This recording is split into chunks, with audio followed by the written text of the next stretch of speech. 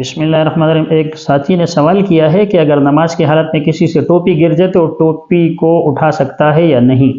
دیکھیں فتاوی رحیمیہ جلد 4 میں یہ لکھا ہے کہ کوئی شخص ایسا ہے کہ کسی سے اگر کوئی ٹوپی گر جاتی ہے یا امامہ وغیرہ گر جاتا ہے نماز کی حالت میں، تو اگر وہ سجدے کے قریب ہے تو اگر ایک ہاتھ سے اس کو اٹھا سکتا ہے اس امامے کو یا اس ٹوپی کو، تو یہ عمل جائز ہے۔ لیکن اگر دونوں ہاتھوں کے اٹھانے کی ضرورت پڑتی ہے تو یہ مناسب نہیں ہے، اس سے جو ہے اس کی نماز کے خراب ہونے کا خدشہ پیدا ہو جاتا ہے۔ تو اگر ایک ہاتھ سے آپ اس ٹوپی کو یا اس امامے کو اٹھا سکتے ہیں تو آپ کی نماز درست ہے، لیکن اگر آپ دونوں ہاتھوں سے اٹھاتے ہیں تو آپ کے نماز کے فاسد ہونے کا خدشہ پیدا ہو جاتا ہے۔ لہذا بہتر یہ ہے کہ آپ ایک ہاتھ سے اگر اٹھا سکتے ہیں تو اٹھا لیں، ورنہ اس کو چھوڑ دیں اور بغیر ٹوپی کے نماز پڑھ لیں۔ اسی طرح اگر آپ قیام کی حالت میں ہیں یا رکوع کی حالت میں ہیں تو اس صورت میں آپ اس ٹوپی کو یا امامے کو نہ اٹھائیں، لیکن اگر سجدے کی حالت میں ہیں تو چونکہ آپ زمین کے قریب ہیں تو آپ اپنی ٹوپی یا امامے کو اٹھا سکتے ہیں،